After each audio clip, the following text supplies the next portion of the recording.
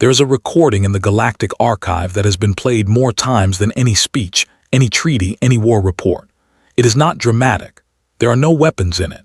It is 40 seconds of grainy corridor footage showing a thin human boy carrying a girl who is not human, walking very slowly past a crowd that has gone completely silent. People across 1,000 worlds have studied that clip frame by frame, trying to understand why it changed everything. They measure his stride. They count his pauses. They argue about his expression. And almost none of them know the part that matters, that he was walking slowly on purpose, that every second he added was a weapon, and that the cruelest creature in that corridor was the one filming it. I was that creature. So before anyone tells you what humans are, let me tell you what one of them did to me, in a hallway that smelled of metal and rain, in 4 minutes and 11 seconds. Then, the first time it happened, nobody helped her. Meridian Hall sat on the upper ring of Threshold Station, a school built where 40 species were supposed to learn to live in the same rooms without killing each other. The gravity on the teaching deck was standard galactic, heavy and ordinary to most of us, and merciless to a few. Myrth was one of the few.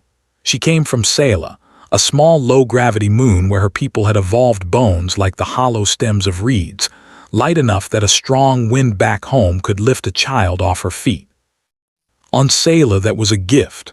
On Threshold, it meant that without her frame, a lattice of pale alloy that wrapped her legs and spine, and did the work her body could not, she could not stand. She could not even sit upright for long. Standard gravity pressed on her like a hand on a folded bird. I knew all of this because the Korath are taught early to read weakness the way other species read the time. My people came from Karuth, a world so heavy that we are born dense, slow, strong, patient as stone. In Korath culture, status is called asterisk Baal, it means weight, and it means worth, and we do not pretend the two are different. The heaviest stand at the center. The light ones drift to the edges. Myrth, who glowed faintly when she was calm and dimmed when she was afraid, was the lightest creature most of us had ever seen. To me, at 14, that made her the easiest target in the school, and I have spent the rest of my life trying to understand why I thought that was the same thing as a reason. It started as a joke. That is the part I tell honestly now, because the lie I told myself then was that it was harmless. One morning during the corridor crush before first session, a Korath named Tovik lifted Myrth's frame right off the docking rack outside the science wing while she was reaching for her tablet. The frame disconnected from her with a soft chime, and she folded down onto the bench, slow and graceful and helpless, her glow guttering low. Tovik held the frame over his head where she could never reach it, and the rest of us laughed, and I laughed loudest, because I was the heaviest of the group and laughing loudest was how I kept the center. She did not cry. I want that on the record. She looked at the frame above Tovik's head, and then she looked at the floor, and then she said, in a voice as level as still water, "It will deactivate in 9 minutes if it is not returned to my biometric. You will only be holding a brick." So Tovik dropped it, not gently. The frame clattered against the deck, and somewhere inside it something cracked, and we walked away, all of us, into first session, and Myrth was left on the bench unable to walk, holding a frame that now sparked and stuttered when she tried to reconnect it. 3 teachers passed her in that corridor. I counted them later, when counting things became my only way of paying for them. 3 teachers, 2 of them adults of species who could easily have lifted her, and not one stopped, because Salans do not ask for help. It is the deepest rule of their culture, the spine of their dignity. And because helping a candidate tier nobody was beneath the asterisk Baal of anyone with somewhere to be. The human boy was not anyone. That was the whole point of him. His name was Owen Reyes, and humans had been admitted to the galactic community 11 months earlier on probationary candidate status, which is a polite phrase meaning we are watching you, and we are not impressed. Earth had argued its way into a seat by being stubborn, and the council had granted it the way you grant a child a chair at the adult table, to keep it quiet, fully expecting it to spill something. Humans were small, soft-skinned, short-lived, and physically unremarkable, and the few thousand of them scattered through galactic institutions were understanding orders to be invisible. One serious incident, the Council had warned Earth, and the candidacy was finished. So human students kept their heads down. They did not start things. They did not get involved. Owen especially was the kind of boy you forgot was in the room, quiet, narrow-shouldered, always fixing something small with his hands, a multi-tool clipped to his belt that he was technically not supposed to carry. He sat in the back. He spoke when spoken to. He was, by every measure my people use, a creature of no weight at all. He came around the corner that morning carrying a cup of the bitter human drink they brewed in the candidate dorms, and he stopped when he saw Myrth on the bench with the broken frame in her lap. And I know now exactly what went through his mind because he told me, years later, when we were both old enough to talk about it. He thought someone should help her. And then he thought, there's no one else here. And then this is the human part, the part my species had no word for until they invented one, he thought. Then it's me. He set his cup down on the floor. He crouched in front of her, which put his eyes level with hers, and he said the most ordinary sentence in the galaxy. Hey, can I help? Myrth's glow flickered. No one had ever asked her that.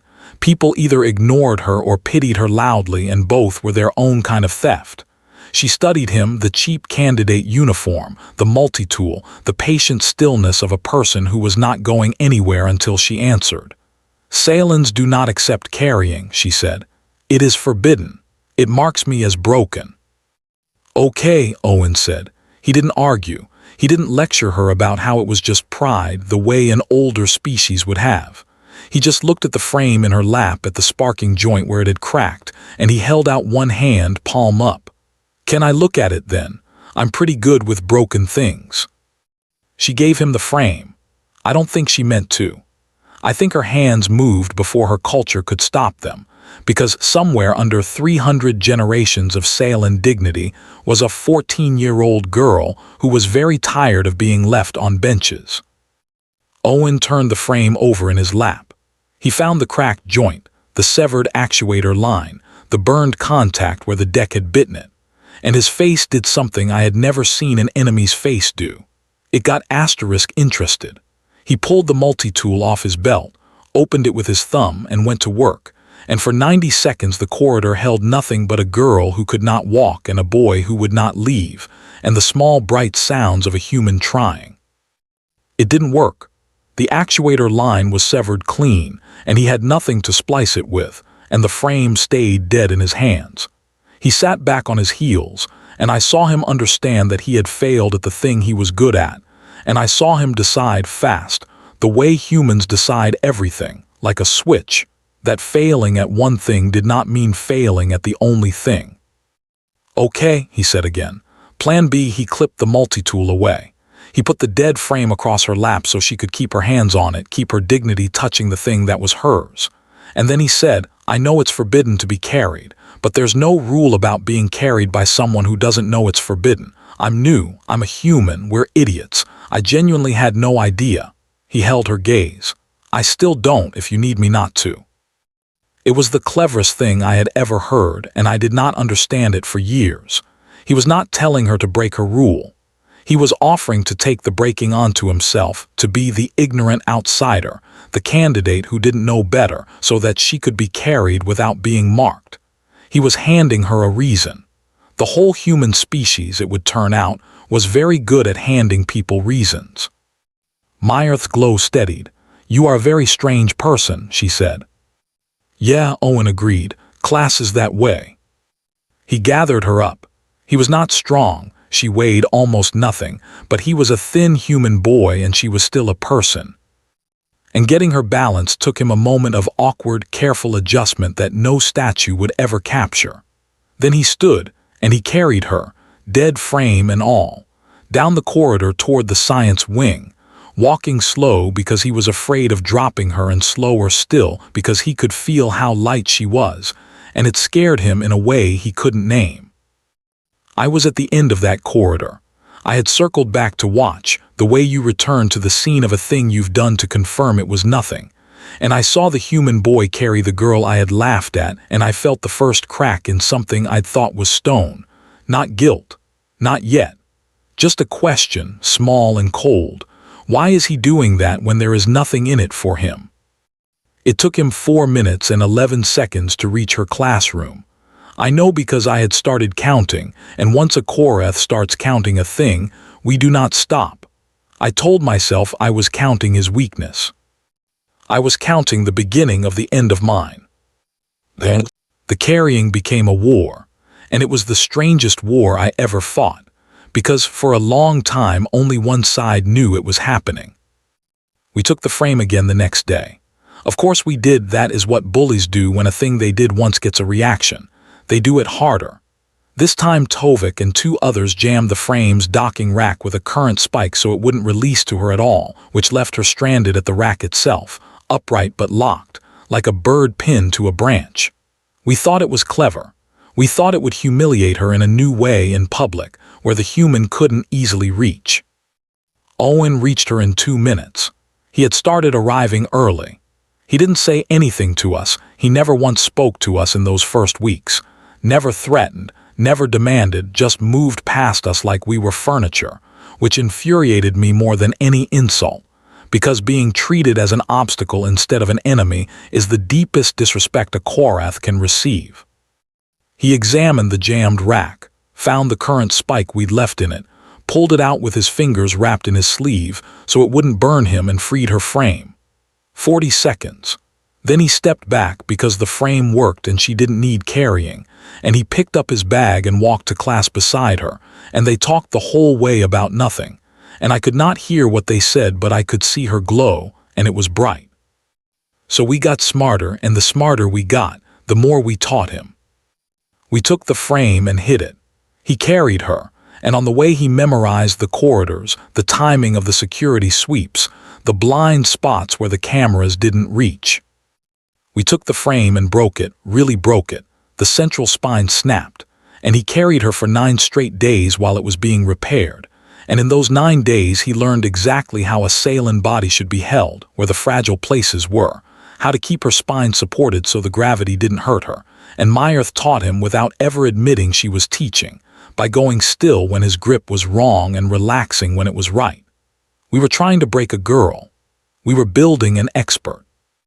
And here is the thing I did not see, the thing that took me years to understand. Owen was always counting. The first carry was 4 minutes and 11 seconds. By the second week, the carries that should have gotten faster, he was stronger now. He knew the route were getting slower. 4:30, 4:50, 5 minutes. I noticed because I was still counting too, still telling myself I was tracking his weakness, and his numbers made no sense. A creature gets faster at a task it repeats. He was getting slower. I thought he was getting tired. I thought we were winning. He was not getting tired. He was choosing his route. There is a clip everyone knows, but there is a longer one in the archive that almost no one watches, and in the longer one you can see it. Owen carrying Myrth, reaching a corridor junction. The short way to her class is left. He goes right. The right way is longer. It is also the way that passes the central atrium where, between sessions, half the school gathers students of 40 species, teachers, administrators, the heaviest and most important creatures in Meridian Hall, all of them in one bright open space. Owen carried Myrth straight through the center of it, slowly, every single day. He was making us watch. That was the whole strategy, and it was so human that no other species in the galaxy would have thought of it, because it depended on a thing we all believed and he did not. That cruelty survives by being invisible. On 100 worlds, the lightest and the broken and the unweighted are pushed gently to the edges, out of the bright center, into the corridors where no one has to see them be left behind. And everyone agrees, without ever saying it, that this is kindness, that it is gentler not to make a spectacle of suffering. Owen looked at that agreement and understood it was a cage, and that the lock on the cage was the looking away. So he refused to look away, and he refused to let anyone else look away either. He carried her into the center of the brightest room in the school, and he walked slowly, and he made 400 creatures a day decide what their faces were going to do. For weeks, their faces did nothing. They went silent when he passed and loud again when he was gone. But silence is not nothing. Silence is the sound a crowd makes while it is changing its mind. The teachers noticed before they admitted it. A Saiyan elder who taught xenobiology stopped Owen in the atrium one morning and told him, kindly and firmly, that what he was doing, this public carrying, risked dishonoring Myrth, that her people did not display their need and that he should be more discreet. Owen listened. He always listened. And then he said, discreet for who? The elder didn't have an answer, and Owen waited, holding Myrth, until the silence had room in it, and then he said, she's not the one who should be embarrassed. I keep walking her through the middle because the people who should be embarrassed aren't yet. When they are, I'll stop. And he walked on, and the elder watched him go, and that evening she filed the first complaint against us by name. That should have been the win. It was not because of *Baal*, because of weight, because the galaxy is not fair, and I was, then, on the heavy side of the unfairness. My father sat on a station trade council. Tovik's mother managed Threshold's docking authority. We were the children of weight, and the Saiyan elder was respected but light, and Owen Reyes was a candidate-tier human whose entire species could be expelled from the galactic community for one serious incident. So when the complaints climbed the chain, they did not land on us. They landed on him. I was there when the administrator called Owen in. I was there because my father had asked me to be, to observe how these things are handled, which was his way of teaching me that weight protects its own. The administrator was a Vol, a species of careful, frictionless diplomats, and she told Owen that his behavior was creating disruption, that carrying another student through crowded common areas was a safety violation, that the optics of a human candidate causing public scenes reflected poorly on Earth's bid, and that the council was aware. She did not raise her voice. She did not have to. She laid it out flat. Stop, or you will be the reason humanity loses its seat. It was the cruelest thing anyone had done in the whole affair, and we hadn't even done it.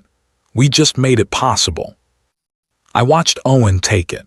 I watched a 15-year-old human boy be told that the entire future of his species rested on whether he stopped helping a girl who could not walk, and I watched him understand that they meant it, and I waited for him to fold, because folding was the only sane thing to do.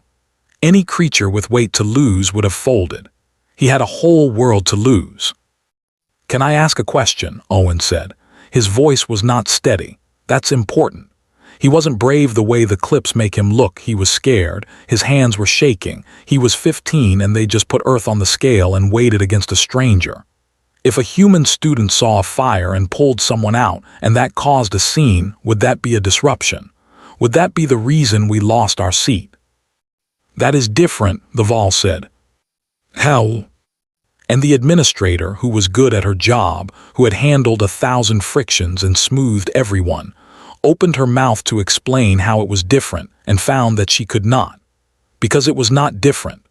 It was exactly the same, and the only thing that made it feel different was that Myrth's fire was slow and quiet and happened every single morning. And a slow, quiet fire that happens every morning is the easiest thing in the universe to start calling *normal*. Owen stood up. I'm not going to stop, he said. You can expel me. You can tell the council whatever you want, but I want it written down on the record that the reason you're considering expelling a human is that he wouldn't stop carrying a girl your school keeps letting people strand. Write that part down, because someday somebody's going to read it. His voice cracked on the last word and he didn't try to hide it. I'll go now. He went, and the administrator sat very still for a long time, and then she did the thing that no one expected, the thing that I think saved everything, though she has never been given credit for it. She wrote it down, all of it, exactly as he'd asked, because she was a diplomat and diplomats survive by knowing which way the weight is about to shift, and she had just felt the floor move. That night they came for Myrth's frame one last time, And this time Tovik did not steal it or jam it or break a joint. This time, drunk on the news that the human was finished, that authority was on our side, that the whole thing was about to end with us winning. This time Tovik took the frame to the recycling chute on the maintenance deck and fed it in, and the station's grinders turned the only thing keeping Meyerth upright into a fine bright dust. I was there, I did not stop him. I want that on the record too. And the next morning was the exam. The placement exam, the one that determined every Salem student's track for the next 4 years. The one Meyerth's family had moved across 9 systems for her to take. The one that did not allow late entry, no exceptions, no accommodations. Because the galaxy's idea of fairness was that everyone took it under the same conditions. And the same conditions meant standard gravity. And standard gravity meant Meyerth needed her frame. And her frame was dust. She sat in the candidate dorm hallway where Owen found her, because she had crawled there, dragged herself, hand over hand, off her bunk and out her door in standard gravity that pressed on her like a flood, because she was not going to miss that exam without trying, even if trying meant arriving destroyed. Her glow was almost gone. Owen knelt in front of her, and for the first time in the whole war he had no idea what to do.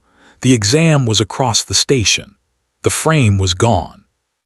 He could carry her, but the exam hall enforced gravity, and a Salem with no frame could not sit upright at a terminal for 3 hours, could not lift her arms to the controls, could not survive the room.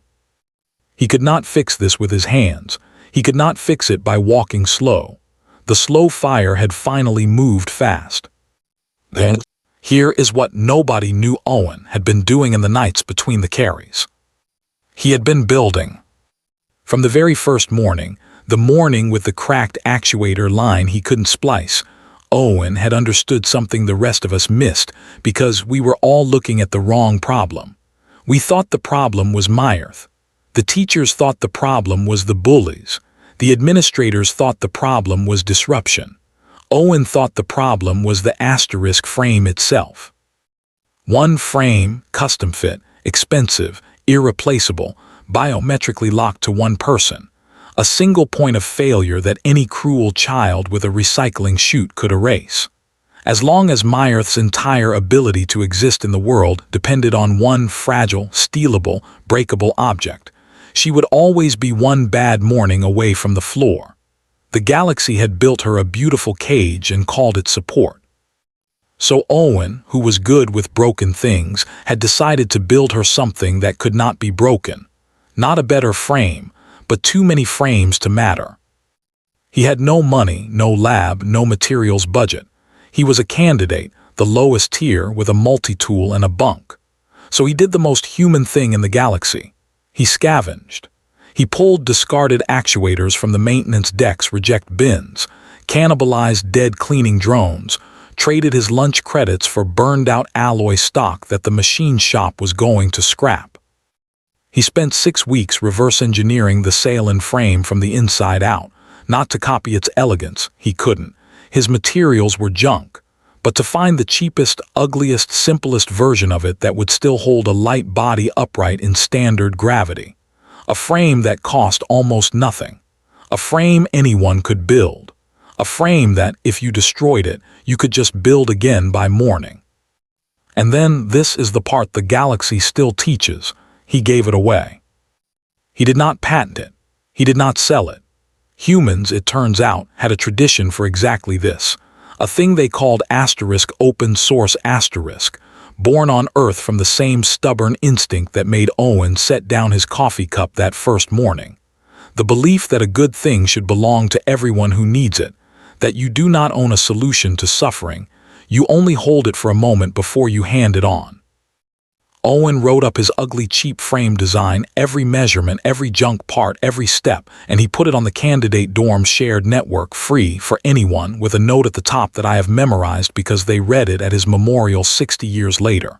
It said, "This is for anyone who's ever been left on a bench. It's not pretty.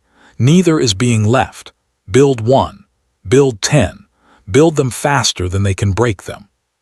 He posted it the night before the exam. He posted it 9 hours before Tovik fed Meyerth's real frame into the grinder. He did not know what was coming. He just knew that one frame was a cage and 1,000 frames was a wall, and he had started building the wall without telling anyone, the way he did everything. So when he knelt in front of Myrth in that hallway, with her frame gone to dust and the exam across the station, and no way to fix it with his hands, he was wrong that he had no idea what to do. He had given the idea away 9 hours earlier, and in those 9 hours, the galaxy had done something with it that even Owen had not expected. Because the candidate dorm was not only humans, it was every low-tier student in Meridian Hall, every light, unweighted, edge-pushed creature the galaxy had quietly agreed not to look at, and they had all seen the human carry the Sailing girl through the bright center of the atrium every morning for weeks, and they had all watched the school try to expel him for it. And the night before the exam, they had all read a note that said this is for anyone who's ever been left on a bench. And they were so tired, every one of them, every light-boned, soft-skinned, unimportant student in that school, they were so tired of being left. So they built. Owen carried Myrth toward the exam hall not knowing any of this, just carrying her because it was the only thing left, walking slow because she was so light now it frightened him. And when he came through the doors of the atrium, the bright center, the place he had made them all watch, he stopped, because the atrium was full. It was full of frames. Ugly, cobbled, scavenged frames, dozens of them, built overnight from junk and lunch credits, and a free design by students who had never met each other, all of them holding up light bodies that had spent their whole lives being pushed to the edges, now standing in the brightest room in the school. And in the front, holding a frame sized small and quick, built through the night by hands that had never built anything for anyone, was Myrth's xenobiology elder, the Sailing who had once asked Owen to be discreet, and beside her 3 teachers, and behind them more of the school than I can describe, a crowd that had spent weeks going silent when the boy passed, and was not silent now. They had built Myrth a frame. They had built 40. The elder fitted it to Myrth's spine right there on the floor of the atrium, her old hands shaking, and the frame caught the girl's weight and lifted her, and Myrth stood in the bright center in front of everyone, glowing so hard it hurt to look at, and she did not need to be carried. And that somehow made Owen put his face in his hands and finally cry, because the whole point, the entire point of every slow morning, had always been to build a world where no one would have to carry her at all. She took the exam. She placed first in the station. She would, decades on, redesign the very frames her people used, making Owen's ugly open-source wall into something beautiful and free that no cruel child with a recycling chute would ever be able to erase again. And she would keep his note at the top of every version, unchanged. This is for anyone who's ever been left on a bench. And humanity did not lose its seat. The administrator's written record, the one Owen demanded, write that part down. Someday somebody's going to read it, went up the chain to the council, and the council read it, all of it, and a chamber full of the heaviest creatures in the galaxy sat in silence with the simple, unanswerable question a frightened 15-year-old had asked a diplomat. If it were a fire, would it be different? How? They could not answer it either.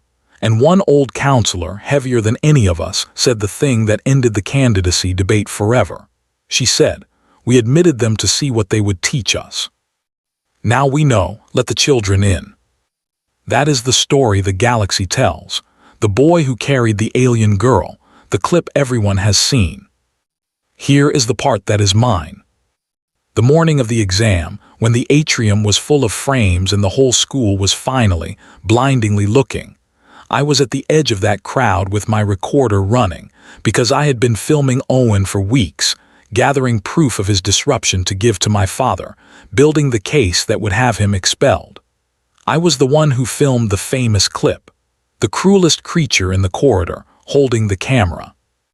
And as Myrth stood up in her new frame and Owen wept into his hands, and 400 light, unimportant, looked away from creatures refused for the first time in galactic history to look away, I understood, all at once and far too late, what the Count had meant. Why he walked slow. Why the numbers went up instead of down. He was not getting tired. He was holding the door open longer every day, adding seconds, making more of us watch, until enough of us had watched that we could not unsee it. The slowest carries were the strongest. The weakness I'd been counting was the most patient strength I have ever encountered, and it had been aimed, the whole time, at the exact place where my certainty lived. I deleted the case against him that night. I never gave my father the footage. I kept only the 40 seconds, the clip, and years later, when the archive asked the last living witnesses to record their accounts of how humanity came to sit among us, I gave them that, and this, and my name. My name is Drevak. I fed nothing into any grinder, but I laughed loudest, and laughing loudest was how I kept the center, and I have spent a long, heavy life learning that the center is not the same thing as worth. I am old now. I am the heaviest I have ever been by every Korath measure, and I would trade all of it, all my Bale all my weight for one of those slow mornings back, to be the one who set down his cup. I never got to.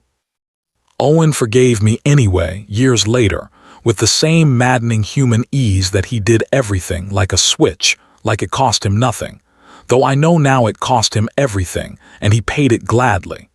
That, more than the carrying, more than the frames, is the thing my people had no word for until the humans taught it to us.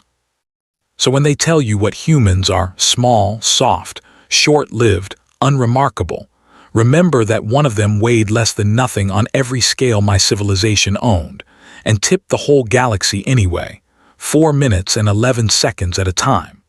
Remember that he won a war the cruel didn't know they were fighting, with no weapon but his own refusal to look away.